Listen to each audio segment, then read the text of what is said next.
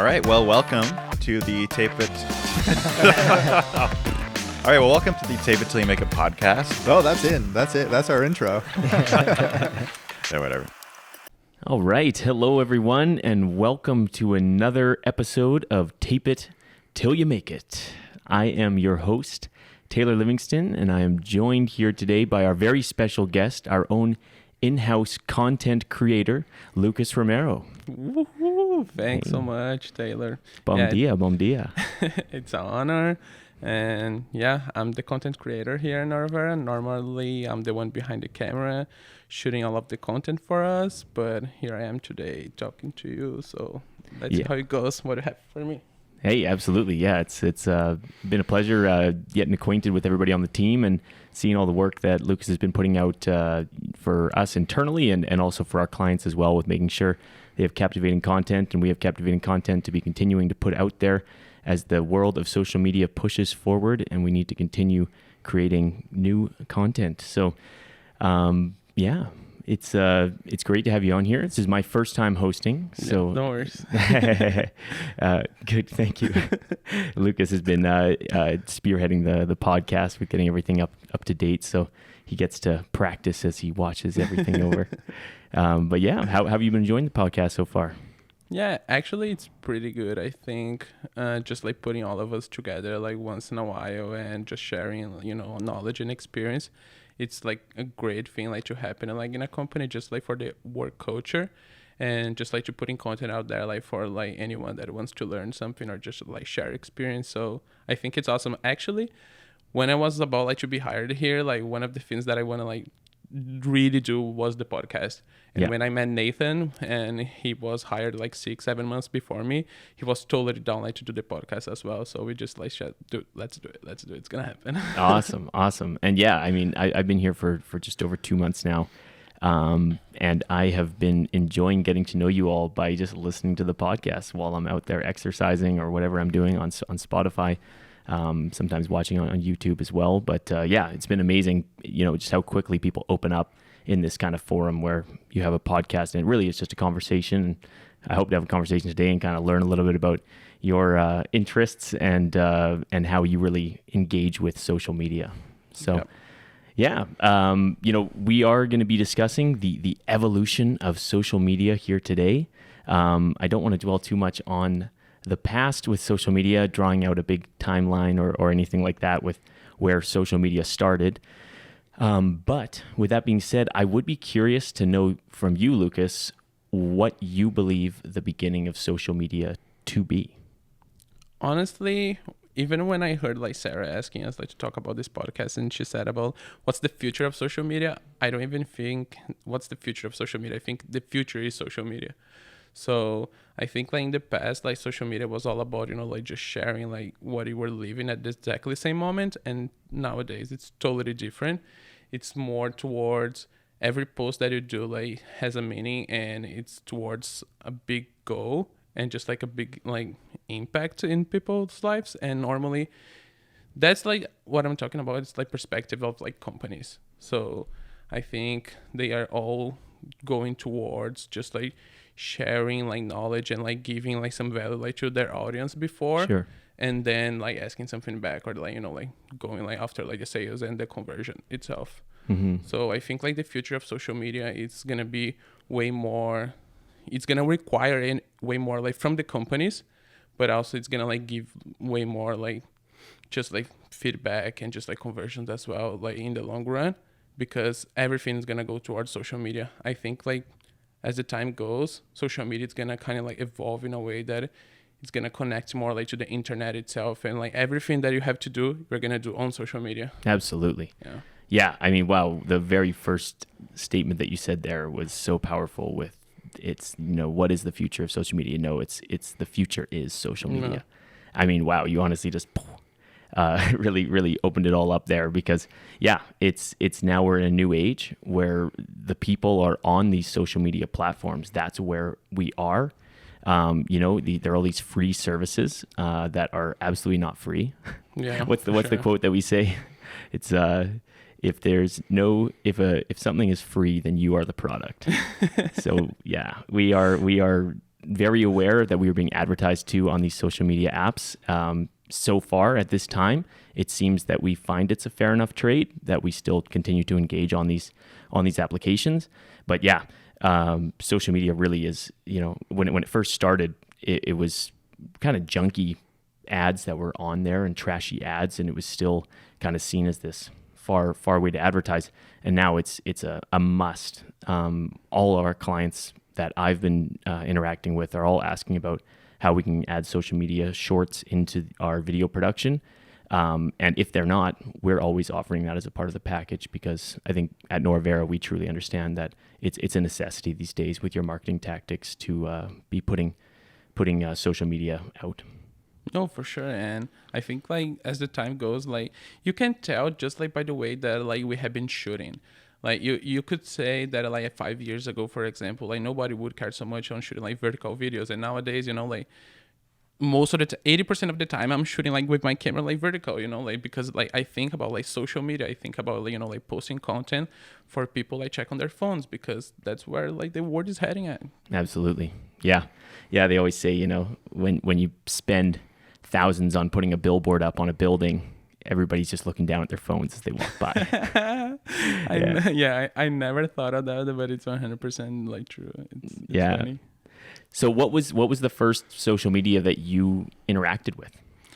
I honestly, before 5-6 years ago, I wasn't into like social media like at all. I had like my Facebook account and that was it, and I wasn't even like used to post too much. Yeah. But after I found out like Instagram, on the first year, I was like, I'm not gonna post one photo here, one photo there.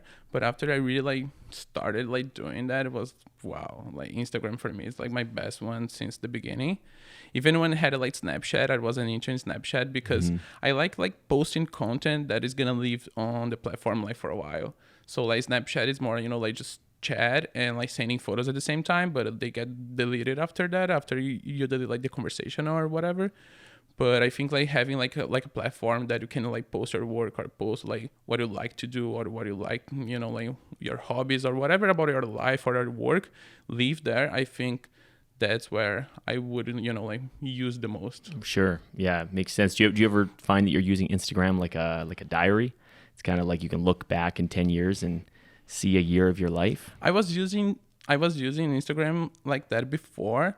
But I think after I started like to use my account more as a professional account, I just like polished more and like took, like photos and videos that were part of my life, but not of my career.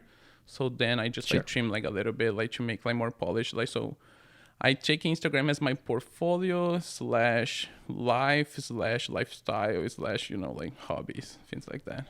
And do you think that people on social media throughout, whether they started on Facebook or whether they started on Instagram, Snapchat, they are also feeling that they want to kind of make more curated content where they're a lot more aware that it's their brand instead of just posting random parts of their lives? Or you think there's a big mix out there still?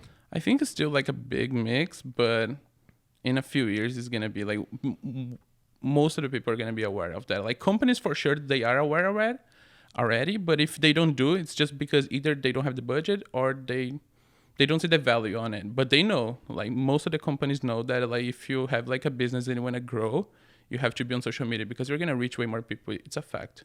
Yeah. Like online, you can reach way more people than, like just advertising or, like online with ads and stuff. So in the same way that it's free, you can advertise like free. It's not because you're going to put in your time, and time is money. So you're going to spend money anyway. But I just think it's a way that like just showing your brand identity and also just like kind of show in a personal way. Because when you run an ad and like try like to reach people like running ads, it sounds fake, like it sounds that you are trying to sell something. But if you're on social media, just advertising your brand and just like showing like who you are, what you do, and what you want to accomplish, it sounds more natural and people like it. Like social media, it's all about like trying to be natural. Yeah. And if brands understand that, they accomplish their goals and they're gonna reach way more people and like like get what they want on social media for sure. Yeah. I think being genuine, being transparent, those are very important things for brands on social media. I remember, probably only 6 or 7 years ago now, when brands used to be all over Facebook. you just had an organic page and brands were able to get way more views, way more follows. It's definitely changed a lot how Facebook is hiding a lot more of content from brands. But I do think that it only adds to the point that you're saying that if you're creating true, engaging, natural, genuine content, then that is going to be getting in front of people regardless. Like you do see with some commercials on YouTube that get passed around and shared. If they're trying to provide some sort of social value, if they're showing that they're doing good things for the planet, then I do find that, that's a very effective way of marketing these days. Totally. For example, I don't know if you have like a bakery and you want like, oh, but what I'm gonna post like breads or day or stuff like that. No, but just like try like to show like the behind the scenes, like how's the process of making like the bread, like what are the goods that we use, like like show like the ingredients and how it's done, like try like to add value. Like I'm pretty sure a lot of people like would be interested in watching content like that, so it's just like trying like to figure it out, like what you want like to achieve, and just try to look at your process to like just like show it to your audience, and just like show like truly like who you are and what you do and where you want to be, and just be honest, and people are gonna like it. Yeah, totally. Do you find with doing Nora Vera's marketing and obviously being in charge of our social channels, do you find that there's one that we have more success with regards to connecting with our customers and clients and maybe potential clients in the future? Is there, I know, which social media channels are we on? We are on Instagram, LinkedIn, and we have the website itself. We have a TikTok account, but we never use it, honestly. I was like trying like to start like creating more content for it, but it's really time consuming if you're going to do like a really good one. Like the hardest thing for us is like we are a video production company. So we have like the bar was set, Sure. We have like a high standard. So I can't like try like to connect in all platforms and just like put like bad content out there. So we just like decided like to like channel down a little bit and like stay on like Instagram, LinkedIn, Facebook, and the website itself, like running like the podcast and all of that, and YouTube as well, for sure. Sure. Yeah. It's interesting. I certainly have been an adopter of TikTok through the pandemic. And there are just some brands on there. I know it's just some like 18-year-old kid that's the social media manager for them, but they are crushing it with keeping on top of some of the trends on TikTok. But you make such a valid point. I think that you really need to be aware of what kind of a company that you are and what kind of quality that you're trying to portray, because certainly we do understand social media, and we understand the value of just daily content with just getting your phone out and filming. But we are a full service media production company that is known for making high quality productions. And so, yeah, probably if we just start posting a bunch of wobbly camera shots of silly things, it might not work to our advantage, because it's not exactly the service that we're providing. I think it's valid. It depends where you post it. For example, if you would post on stories, like totally fine, like, because that's like what people are expecting, like when they are watching stories. Like when I watch stories on my phone, I expect like like just like selfie styles, like just like people like talking to the camera and walking around and just like like talking stuff. So, but right now we are most of the time like working from home, and that's like why we haven't been like doing like a lot of like videos like that. But on the daily basis, it's literally just like shooting like what's happening at the office, like if we have like a cute dog over here, like we take a photo of the dog, like people love dogs. Yeah, exactly. Who doesn't? And I don't know if we're gonna do like a meeting or something that is gonna be like Deeks, like on Thursdays we do like a brunch all together. And like we take photos, we make a video, just whatever it's happening, just show like your real life and like what happens on our daily base, and that's it. But that's for stories. But for example, like for our feed, we were even like trying like to do like a different like strategy and approach, like to make like the grid like look like super awesome and all of that.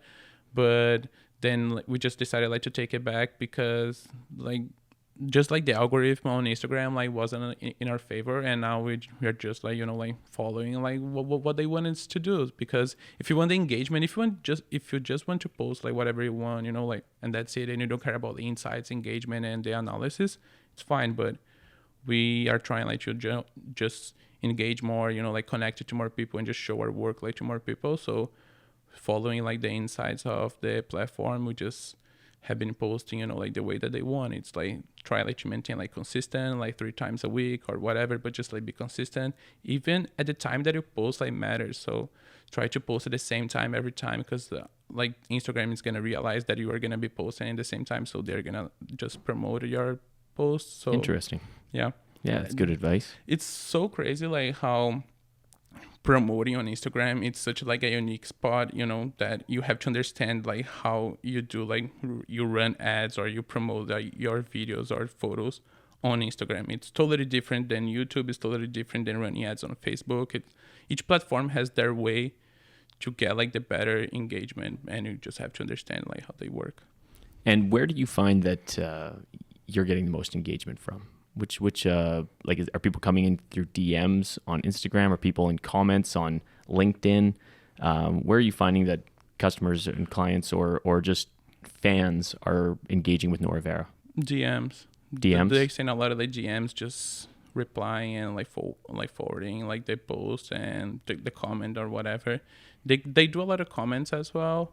Not a lot, like they do comments, but I think like more often what happened is just like to get DMs of people, like cheering for us, or just sending a message, or trying like to make like partnerships, or just like sending a message like to say hi or whatever. But yeah, I think DM we have the most engagement. Cool. Yeah. It's definitely feels like Instagram is the ruler at this moment, but I do see that kind of starting to get under threat by other apps that are out there, especially TikTok. I really do see just its highly addictive nature, and Instagram is really just trying to copy everything that they're doing right now with Reels, for instance, just to try to get back some of the users from TikTok. So it definitely still is in a very early stage for TikTok, where you're starting to see a lot more promotional material on there, a lot more advertisements. And you're starting to see a lot of the TikTok influencers that are doing things, but I do think that it is an underutilized platform for companies as well, because there still is a lot of space that's available for marketers and for companies to advertise on TikTok. But you know why TikTok is doing so well, and that's why Instagram is like struggling a little bit, because TikTok it's like totally organic, like they don't have ads, like they don't have like those things that you can pay like to boost. Even if they can, I don't know honestly, because I don't use the platform. Correct me if I'm wrong, but but for now, like they don't have enough content like in their data, so they are boosting a lot of like the same posts over and over again. Like Instagram, it's totally like overwhelmed already. We have so much content that they have like to filter, like for example, if you post some photo today, I probably like won't see it, because I follow like, like X amount of people that like are posting at the same time. So they have to filter. They're not going to show every post, but on TikTok, they don't have enough content yet. So they're boosting all of it. So people are getting crazy because they're posting one video there and like getting like, 10,000 views, and they post on Instagram, they get 1,000. So what platform are you going to use, But after like a few years, not even a few years, but I don't know, 1 year from now, when TikTok starts like to get like enough content, and they have like to start like, like filtering down, then we are going to see, like people like, and they're going to start like running ads, like to just like, if you want like to get ahead, like pay for it. And then I think it's going to like the battle is going to be, like leveled again. And then we're going to see which app is going to win. Yeah, fair enough. Yeah, I think there's been some changes since you last were on TikTok. Yeah, because there's I never been. I downloaded it once, like watched like a bunch of videos. Said, well, you should. If I stay here, it's gonna be really time consuming. So I'm not. Yeah. So yeah, it's definitely a different kind of story than that with regards to the way that the content is boosted, and there is a lot of paid for advertisements now. Like probably every like fifth swipe that you do is going to be like another paid for ad. And there's a whole content creator package now that they're giving out. I can't remember what the exact number is, but there is incentive like YouTube does now for content creators to put things out, and it is becoming harder for new content creators to get a name. There still is an opportunity with hopefully getting high engagement right off the start of your content to be shown to users. But yeah, it's tougher and tougher for these new TikTokers to get. But do you traction. think this is like right now it's gonna be easier like to like just go viral with something or just like get like more like followers on TikTok or Instagram? Because Oh, yeah. Instagram is like the toughest for sure. Oh, absolutely. No, I couldn't agree with that more. And that's why I'm saying, it still is fairly new stages for TikTok in comparison to Instagram, which is just so oversaturated in ways. Yeah. And yeah, it's really hard. It definitely is a pay to play kind of app these days with regards to doing sponsors posts in order to get your content out there. Yeah. So yeah, but I TikTok is obviously on its way in. I don't think that it's going to necessarily take over. It's just going to be another social media app. And I'm not sure exactly where everything is going to go, but I'd love to hear what your thoughts are on, you said social media is the future. I'm wondering if you have any ideas about what the future of social media or the future then looks like. How are brands going to be able to engage using social media? I don't know how they're gonna do it, but my thought is that somehow they're gonna link social media with like just internet browsers like somehow, and you're gonna do everything on social media. Like since I don't know, like buying groceries in a certain way, you can do that already. Mm-hmm. So Amazon has been doing that. Like they are even like releasing from Alexa, you can buy groceries already. So Yeah. it's pretty My friend, crazy. that's how he gets his toilet paper, through Alexa. I know. I found that because one day I was like talking like to my girlfriend in our bedroom, and I have Alexa there, and then I said like peanut or something, and then Alexa, oh, do you want to buy peanut? And then like found something like a link with like peanut already, like on Amazon, whatever. Like it was crazy. I was like, wow, I didn't know that. Yeah. So I think Did you order? No. They didn't quite get you. So I just think somehow like everything that you need and everything that you use and you post and you engage with your friends is going to be connected in one platform. And I think that's totally what Facebook and Instagram and WhatsApp, like they are in separate apps. But I think at some point they're going to either like merge in one, or they're going to come up with like a new app that is going to like have all of the features in one app. And that's totally what Mark Zuckerberg is trying to do, like for sure. We all know that they like on Instagram right now, you have like the shop page, so you can like buy like goods and like just purchase any type of product already on the app. So it's not just it's not anymore just about like social media, like having like social life and like talking to friends and stuff like that. It's like a platform, it's like a community that you're going to do all of your things. Like whenever you pull your phone, you're going to use one app to do everything. I think like that's the future. And the brand that finds the way to do that, like the company that finds a way to do that, it's going to win the market for sure, because that's the future. I'm sure. Yeah. Who do you have your bets on? Who's the front runner right now? Our friend Mark.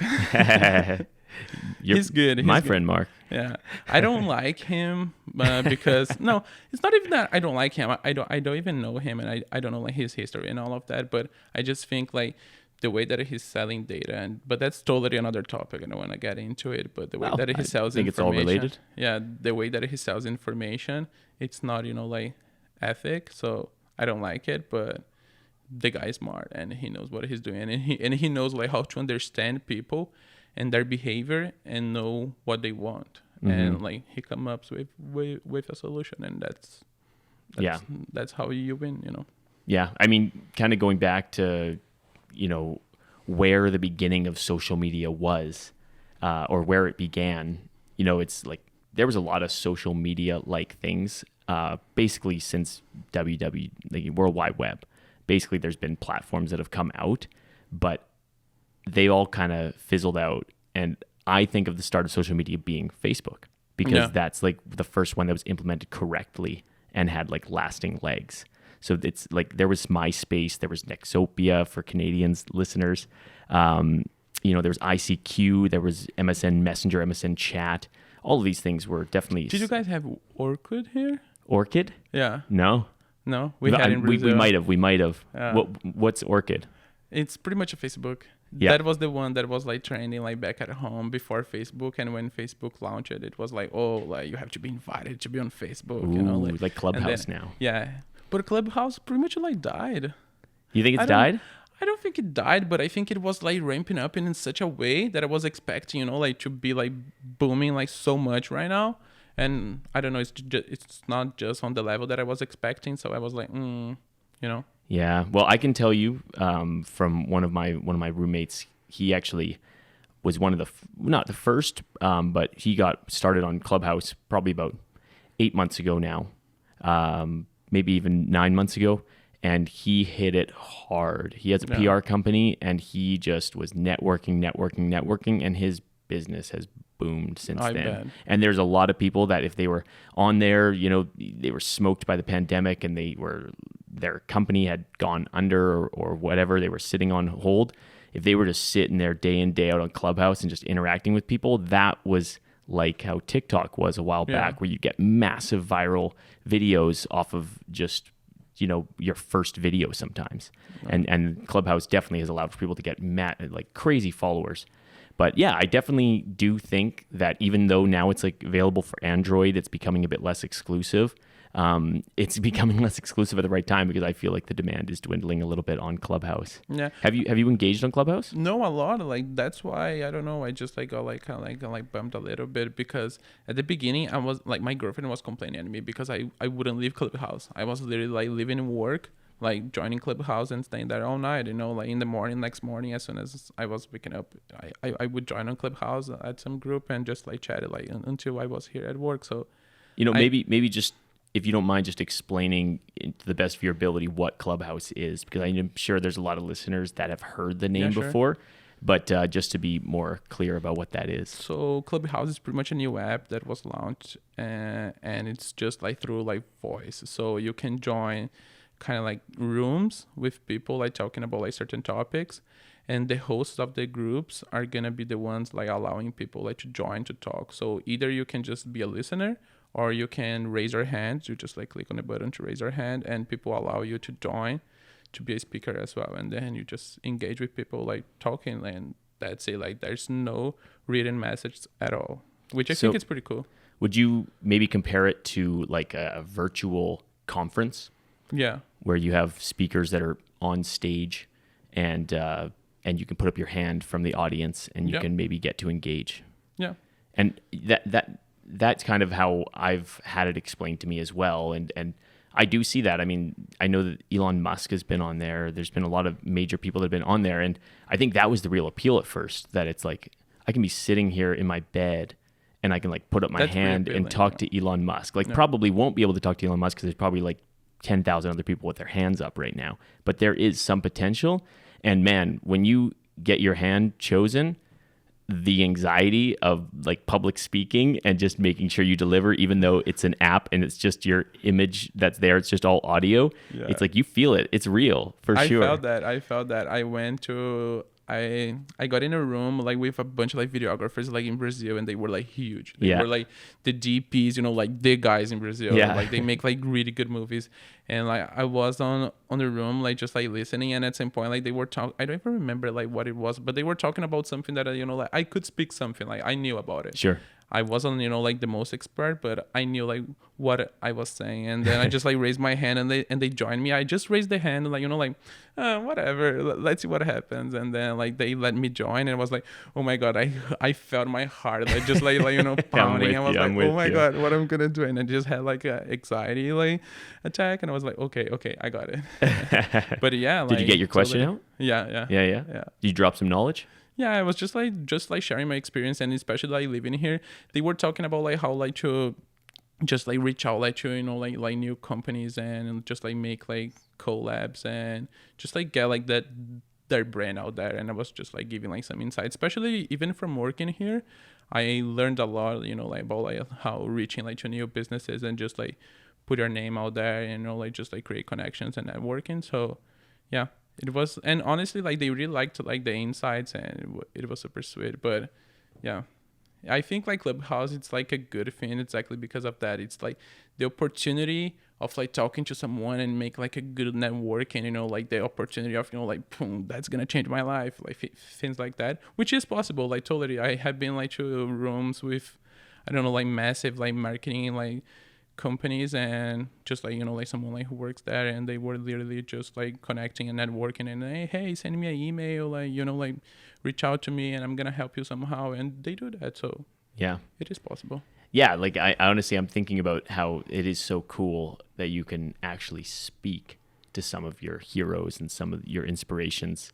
But it's not really that different than what Twitter kind of invented, I guess, where you were able to tweet at your favorite celebrities and tweet at famous people, and you could actually engage with them. That was like the first time I think you probably could have engaged with famous people or influencers, or there weren't even influencers back in 2006, I don't think, but just influential people.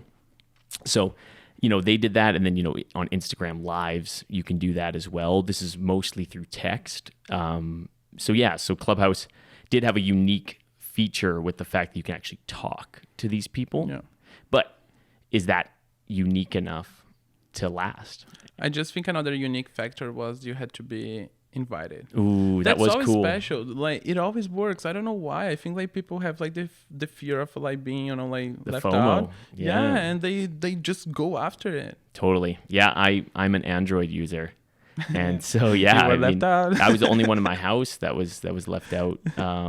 And I just have to listen in to different events that were happening. And I definitely have been waiting for an iPhone for over a month now from my dealer. And it's still on the way, I guess. But I just want that so that I can have Clubhouse. I just wanted that, and now I just downloaded Clubhouse for Android. And it's been an interesting experience to kind of get on board with that, because it has changed so much since the beginnings. I think it has lost a little bit of momentum as well. No, but also I think like I have been thinking right now, and honestly, it's because the groups that I was used to join with, like filmmaking and videography and just, like art in general, like those groups like might like not be happening anymore. And that's why I think, it's dying. But maybe it's just because the groups that I was interested on like are not happening anymore. Like those guys, like are working too much, and, like it's not like they're not joining the app like that often. But I think like marketing related and just like networking and social media, I think like those topics are like trending a lot like on Clubhouse, because when I log on and I try like to find like a room that like I feel like interested, normally you're just like marketing, like networking, like social media, like what's gonna happen on Instagram on the 5 years, get insights from someone who works on Instagram, like things like that. Yeah, honestly, I'm just thinking, and from what I've seen, for our public relations partners out there, it's like Clubhouse is a great place to look, because a lot of these rooms are experts in their fields, or people that want to be experts in their fields, or experts that want more exposure because they have a lot of value to provide, but they don't have the platform yet. And so if you can go in and interact with these people, learn more about their story, see if it's a story that your company wants to represent, then that would be a great place to look for clients, would be on Clubhouse, as somebody in public relations, just going around and having conversations in smaller groups where it's easier to get access to people, and just find out what their goals are, and see if you can help them build their platform, whether that's on Clubhouse or whether that's they're wanting to build their business up or their Instagram following. Probably a great place to connect, because people are very open to have very open-hearted conversations on Clubhouse. Totally. Even like the other way around, like you can go to Clubhouse and you see like you show that you have like knowledge on something, and you can get a job or stuff like that. Like Totally. for sure. Yeah. There's so many people out there that are like kind of like like headhunting people. Yeah. So. Yep. And you can even find love on Clubhouse. Yeah. True. My roommate flew across the pond to England to meet For real? meet a woman. Yeah, that he met on Clubhouse, and within a month they were married. So Wow. yeah, that's well, I might have been crazy. 2 months. I might have did that for dramatic effect, but yeah, they fell in love over Clubhouse, just listening to each other's voices, and obviously took it offline after a while. But yeah, I mean, there's definitely matchmaker sites out there. Theirs was not from a matchmaking site. It was more from an entrepreneurial forum. But yeah, it's, I'm not sure if I would advise. I would not advise falling in love over somebody's voice, but there's a lot more to a person than just But I their. think it's not just about the voice. Like it's about like what like they were talking and they were just like matching like the thoughts. You don't think it's just their sexy accent or something? Could be. But No, I I'm think, just joking. Yeah, you're right. It's definitely not the voice. It's the substance of. But the, I think the voice can impact as well. Yeah, I like to think so as well. Awesome. Yeah. So going back to what you were mentioning before I asked for you to just do a quick segue to explain Clubhouse, you were talking about how you were on Clubhouse a bunch and your girlfriend was, I don't know where you were going with that, but I think you were going to say that she thought you were on Clubhouse too much. Yeah, no, yeah, she was almost like fighting with me because like I wouldn't like talk to her because I had like my headphones on and like on Clubhouse like 24/7. Yeah.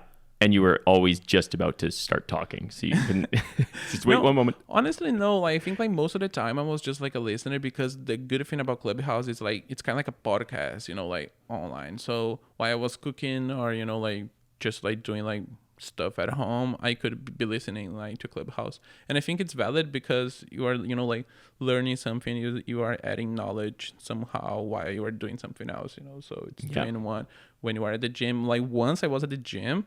And I was listening to Clubhouse, and I raised my hand, and like they brought me in, and I was literally doing the workout and like talking to people. So Wow. yeah, it's just like a way.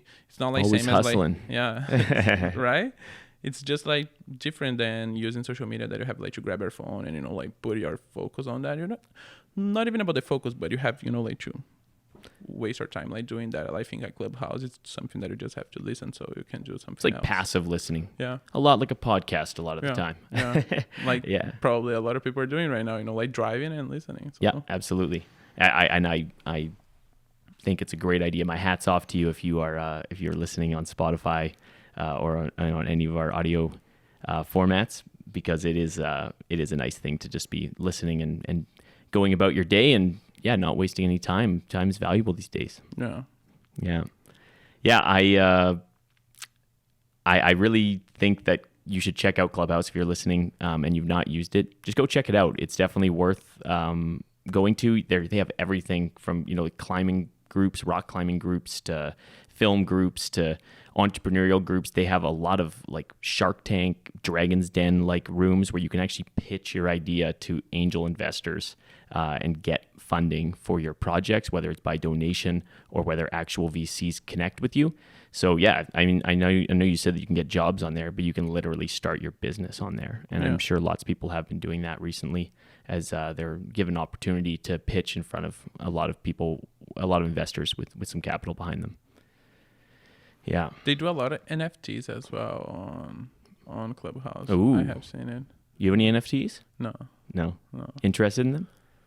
I don't know if it's gonna be a thing that is gonna last like for a while, so I'm gonna wait for now. Do you think it's gonna last?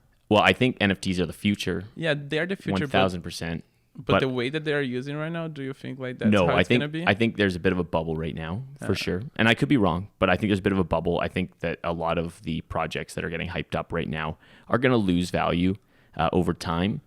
That's not to say that they're not going to pick up again later, because these are some of the new projects. I know that the COVID CryptoPunk just sold for like 11 million, and that was one of 10,000 of like the first NFTs. So I have a feeling all these like OG NFTs that first came out, like maybe like the Meebits and the CryptoPunks, are gonna have value, but I think you're gonna need to have a bit more value behind your NFTs, like tangible value, not just something that looks cool, in order for you to be gaining value. Like I'm sure a lot of our listeners have at least heard of Gary Vaynerchuk, but he came out with the VeeFriends, which are just a bunch of his doodles. He likes to doodle and just create these funny characters, and he names them different things like the Happy Hermit or the Optimistic Otter.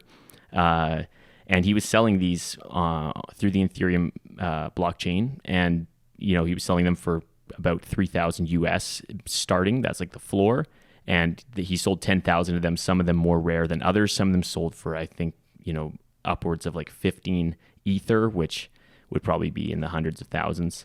But all of these came with a ticket for 3 years of his new VeeFriends conference. And so only those that have his NFTs, so 10,000 people, are able to attend his conference. He's never done one of these conferences before, but he's going to make it epic. And he kept telling everybody he's going to make it epic, kept telling everybody that this is the starting of something like the .com bubble and that you should buy into his NFT project. And my roommate did, and already it's gone up three times in value. And I think it's because not only is that conference going to be amazing, and this NFT is not just a piece of art, it's your ticket and it cannot be, counterfeit. So that's just one example of millions of examples of how NFTs are going to take over. But the fact that these cannot be funged, they're non-fungible tokens. They're going to be used for tickets and things so that you can't get scammed by people selling second tickets. And somebody tells you, yeah, I bought this ticket for $400, but I'll sell it to you for $300. And then you go onto their account and you see they bought it for like $25, and it's like right there for the whole world to see.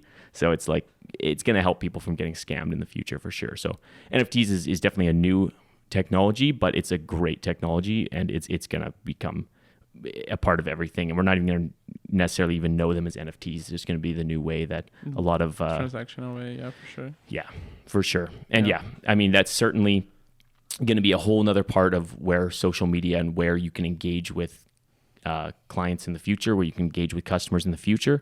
I mean, I really do believe that everything is going to a virtual world. And, I'm sure there's going to be people that stay in our world as we know it with outdoors living and seeing people in real life. But there's going to be a virtual world that is so real one day that a lot of people are going to spend most of their time in there. Especially work related. I think like the world is heading towards, like online 100%, especially with the pandemic right now. Like look at us, like how many people are working from home, like just using Zoom calls, like to talk to people and like just inside their cave all day, and that's it. Because I think like it's gonna head like to like a virtual world, and I think like outdoor, whatever you do outside that you're gonna engage to people, it's gonna be as a hobby. It's not gonna be anything like for work anymore or anything like that. Like years and years and years from now. Yeah.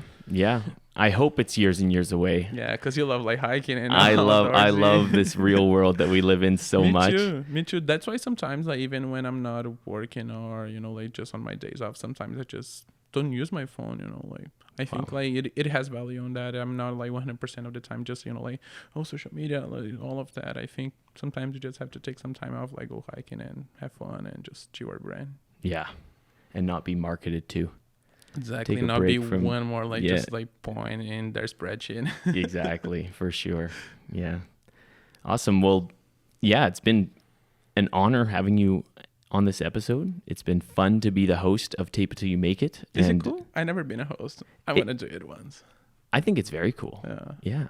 I feel like you get to kind of guide the conversation and I'm doing my best to listen more than I speak, and I think you have some great information and some great insight to add. Too, so it's been too. Like the NFTs were like right on point. Well, NFTs, honestly, we should save that for another episode. I think we're actually trying to get some friends that we know that in the NFT world on the podcast to talk a little more about really that. Yeah. So for those of you that aren't aware of what a non-fungible token is, stay tuned because we're gonna be talking about those eventually here.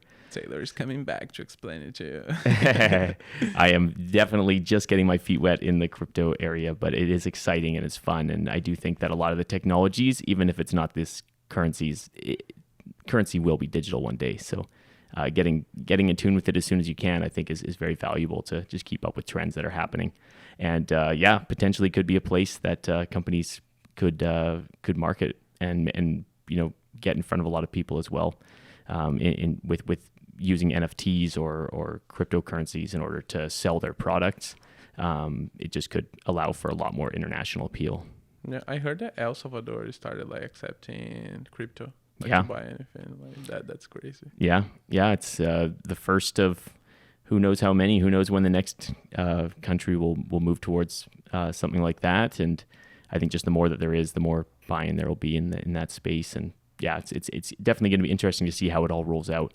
But given the explanation by the president, it's an unfortunate reason that they're kind of moving towards Bitcoin as being an acceptable currency in the country, but it does allow a bit more power back to the people, as there's some corruption in El Salvador that doesn't allow for the money to necessarily get to the right places, and he believes this is a strong solution to that, at least for now. Yeah. And he's even created a full mining operation that's running entirely on the power of the volcanoes. So completely 100% clean energy, which, is a step in the right direction for Bitcoin. So that definitely is one of the biggest hurdles right now with Bitcoin, is the amount of electricity that it's using. So we will save that for another episode, because sure. I definitely am very interested in that space, and not sure where things will go, but I do love chatting about that. So I'll likely be the host for that one. Yeah, for sure. Awesome. Well, hey, it's been amazing to have you on the show there, Lucas. Yeah, thanks. It's been a pleasure working with you already, and having you as our content creator. I think it's really a gift for us. So I don't know if you want to maybe make sure to let people know to like and subscribe. Yeah, for sure. So first of all, thank you so much for having me. It was pretty sweet, and just chatting in general, and just throw out some conspiracies exactly theories. So it's cool.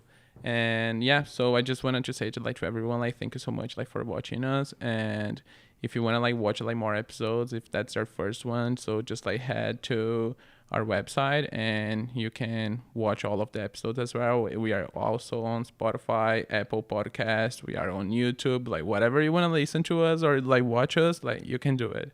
So our YouTube channel is Nora Vera Visuals. If you want to find us on Apple Podcasts or Spotify, it's Tape It to Make It podcast. And that's it. And thank you so much for listening to us. It's a pleasure always. And don't forget to subscribe, and that's it. Comment, share, whatever you want to do it. This is exactly who you'll be engaging with, ladies and gentlemen. By the Lucas way, I'm Romero. gonna be the one answering, so feel free to reach me out and just have a chat. And even if you want join us as well, send us a message, and we are gonna make it happen, because we would love to have people here to share knowledge and experience. So yeah, absolutely. We're all about telling stories here at Nora Vera. we want to tell your story. Yeah, absolutely. Yeah.